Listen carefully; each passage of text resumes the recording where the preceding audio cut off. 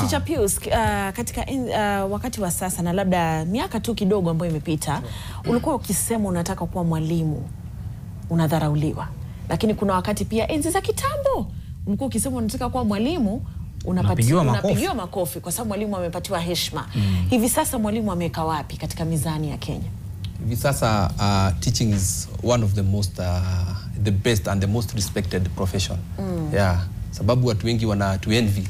Kwa mfano sasa tuko holiday, juzi tumekuwa na mwanafunzi wangu Mombasa pale, tukaenda kwenye anga tour la JKA, tukakuwa na hiyo experience, tukaenda 5 star. Kwa hivyo kazi ya walimu ni kazi nzuri sana. Mko na likizo 3 kwa mwaka nyinyi? Tuko na 3. Na mwalipwa hizo zote.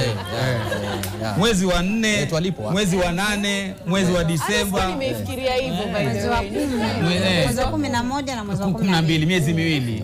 Unajua Lofty, teachers we should be handled with care. Sisi ni kama watoto.